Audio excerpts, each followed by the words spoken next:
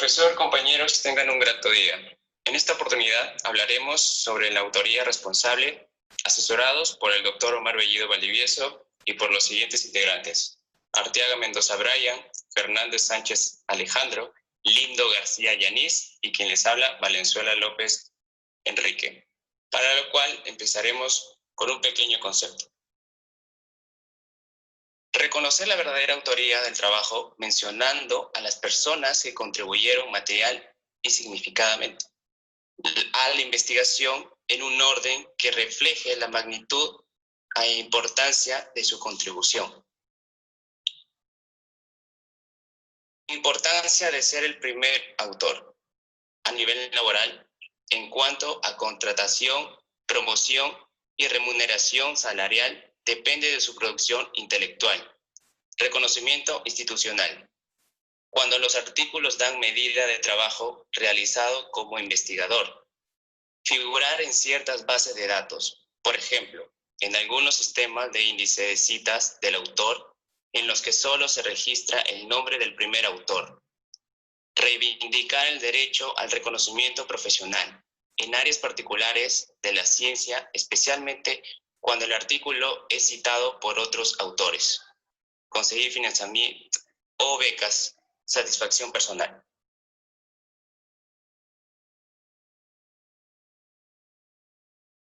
Responsabilidades del primer autor.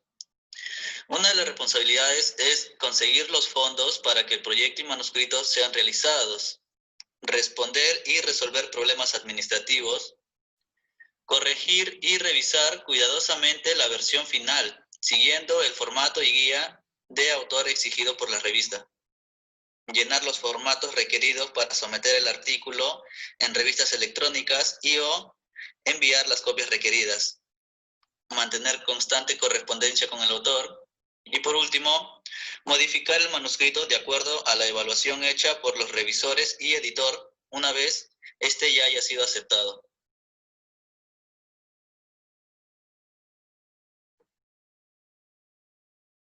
Responsabilidades de cada coautor. Aprobar el orden de la autoría por su contribución en el artículo. Responder de forma inmediata a cualquier llamado que haga el primer autor. Esto debe hacerlo en el plazo estipulado por el mismo. Haber participado en la revisión de la versión final y del manuscrito. Reemplazar al primer autor y ser su representante siempre que éste lo requiera por motivos de fuerza mayor. Y por último, ayudar a conseguir los fondos para pagar los cargos por publicación, por envíos y fotocopias. Algo importante también es que a las personas que no se consideran como autores del manuscrito o proyecto por su baja participación, pero tienen que obtener reconocimiento de manera justa por su aporte, deberían aparecer en los agradecimientos. Algunos casos de estos son los siguientes: el que inició la idea que fue usada en el proyecto, el personal de soporte técnico que ejecuta funciones específicas en el laboratorio, los que proveen el material estudiado, los que facilitan material informativo para la realización del proyecto, los que leen o critican la versión final del artículo y la persona que, aunque haya hecho alguna contribución, el proyecto lo abandona posteriormente.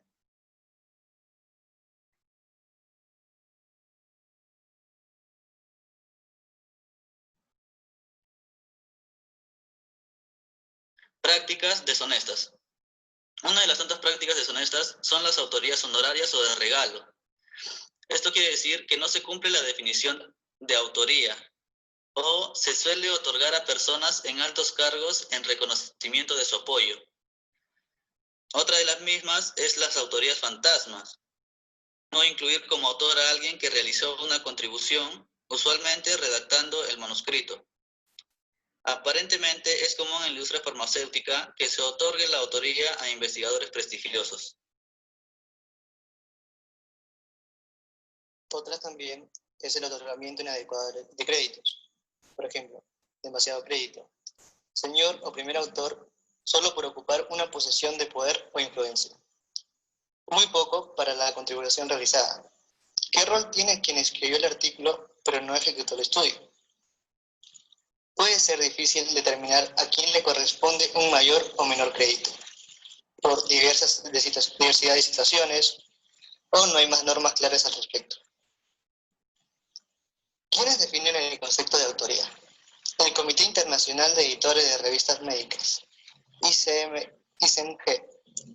El reconocimiento de la autoría debería basarse en, la primera, las aportaciones importantes a las ideas y diseño del estudio o a la recogida de datos o al análisis e interpretación de datos. La segunda, la redacción del borrador del artículo o la revisión crítica de sus contenidos intelectual y sustancial. La tercera, la aportación final de la versión que va a publicarse, los autores deberían cumplir las condiciones 1, 2 y 3.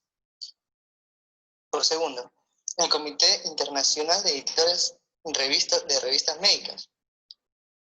También se considera aquella persona que, como mínimo, es responsable de una parte particular del estudio.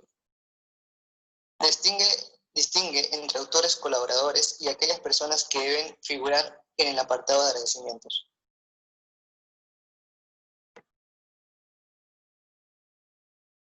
Ahora hablaremos un poco acerca de los casos paradigmáticos. El primero es el fraude en radiología, el caso Stasi.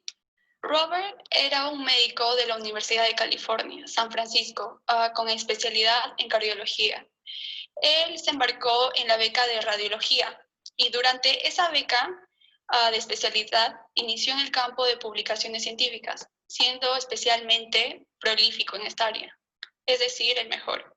Se ha determinado que en su época de becado publicó más de 137 manuscritos con 93 distintos autores en un periodo de 7 años, estimándose que en ese periodo completaba un artículo cada 13 días. Sin embargo, una serie de inconsistencias al abordar sus fuentes de información y datos precipitaron una denuncia de sus compañeros, ya que llevó a una creación de comisión e investigación por parte de la UCSF. En el curso de esta investigación se pudo comprobar que el total de los 137 artículos publicados, 77 calificaban como válidos, 48 como dudosos y 12 fueron considerados fraudes. En el otro caso,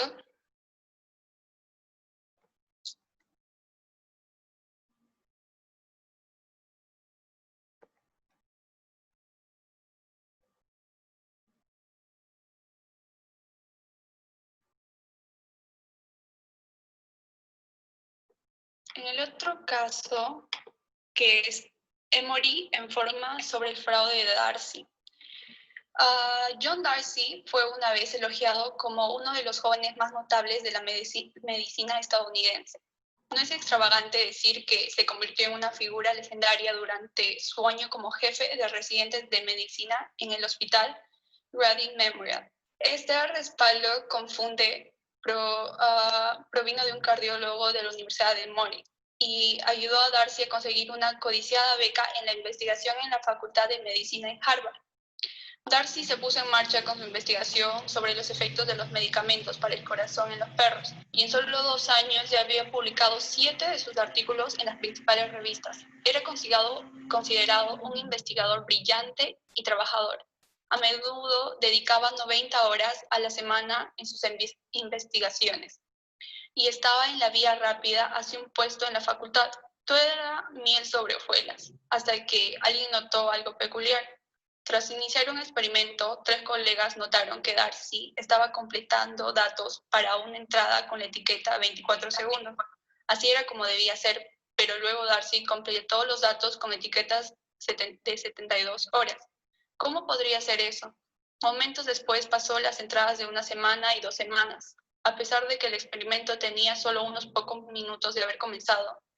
En otras palabras, Darcy no registraba hechos científicos, estaba creando ciencia ficción.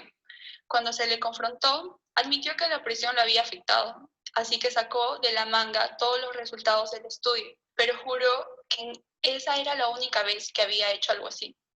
En realidad, esta era la única vez que lo habían atrapado fabricando datos, y todo el desastre rápidamente cayó sobre todos los involucrados, supervisores y otros investigadores que invirtieron meses de tiempo descubriendo otros casos de datos creativos de Darcy.